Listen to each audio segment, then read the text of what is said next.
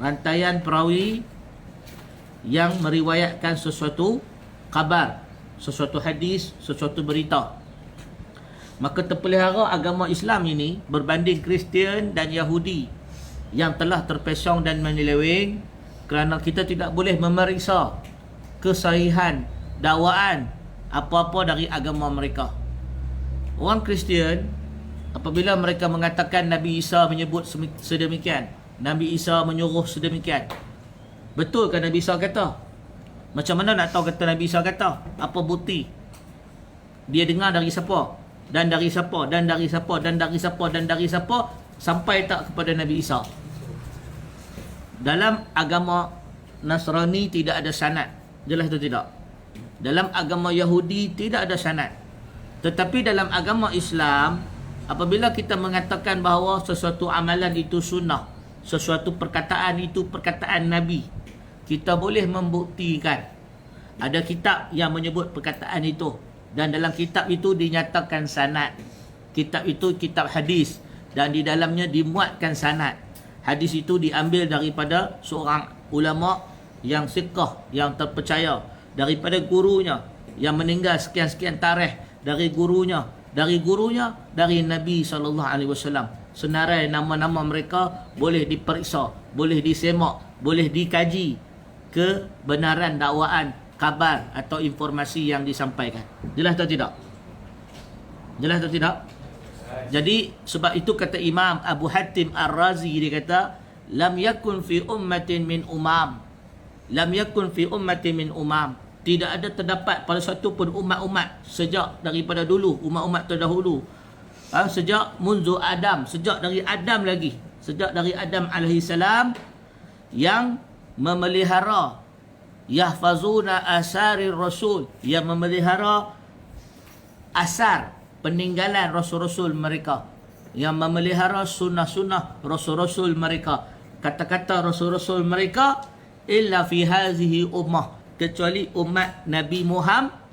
Umat Nabi Muhammad. Ini yang disebut oleh Imam As-Suyuti daripada Imam Abi Hatim Ar-Razi, bahawa umat Islam kelebihan dia ada sanad.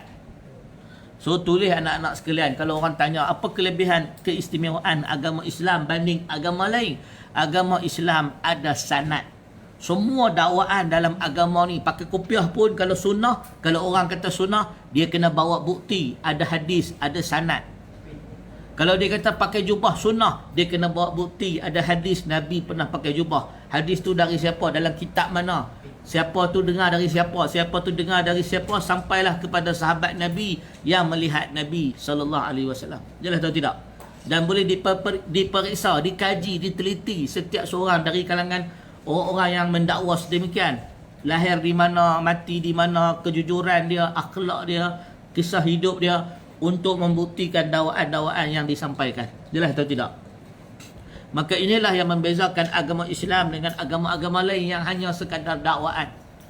Untuk makluman anak-anak sekalian, disebabkan kerana ada sanad dan adanya ulama hadis yang memelihara sanad-sanad hadis dan agama ni masih terpelihara.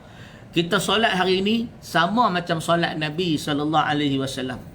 Kita puasa hari ini sama macam puasa Nabi SAW. Tidak ada beza walaupun telah berlalu 1400 tahun. Kenapa? Kerana adanya ulama yang menghapuskan bid'ah. Setiap ada orang tekok tambah, dia tentang bid'ah-bid'ah ni supaya agama tak berbeza dengan apa yang dibawa oleh Nabi. Bayangkan agama Kristian yang diturunkan kepada Nabi Isa AS, orang-orang Nasrani, disebabkan tidak ada sanad, maka agama mereka telah campur aduk dengan pelbagai budaya asing.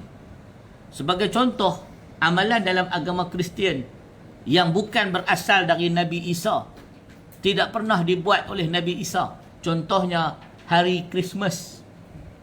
Tidak ada kisah sejarah atau tidak ada bukti dalam Bible, dalam Injil, Nabi Isa AS menyambut Christmas.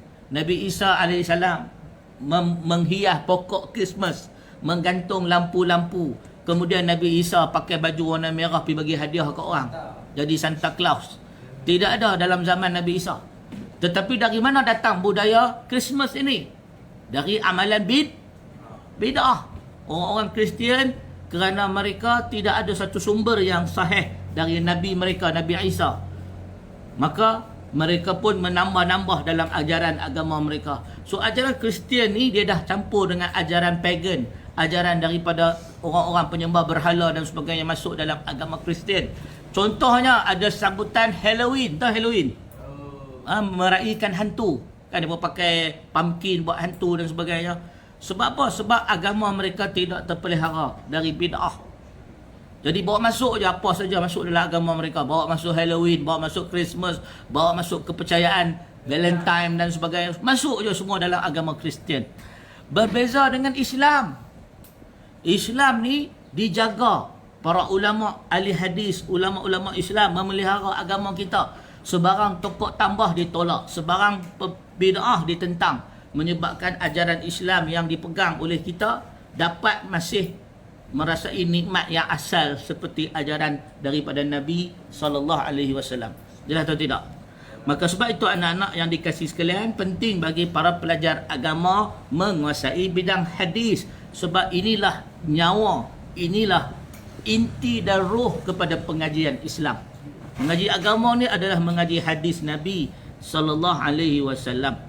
Baik anak-anak yang dikasihi sekalian, secara ringkas, sebab ini adalah pengenalan kepada anak-anak. Secara ringkas, yang mana pengenalan maksud ustaz, kita belajar di sini pengenalan sebagai mukadimah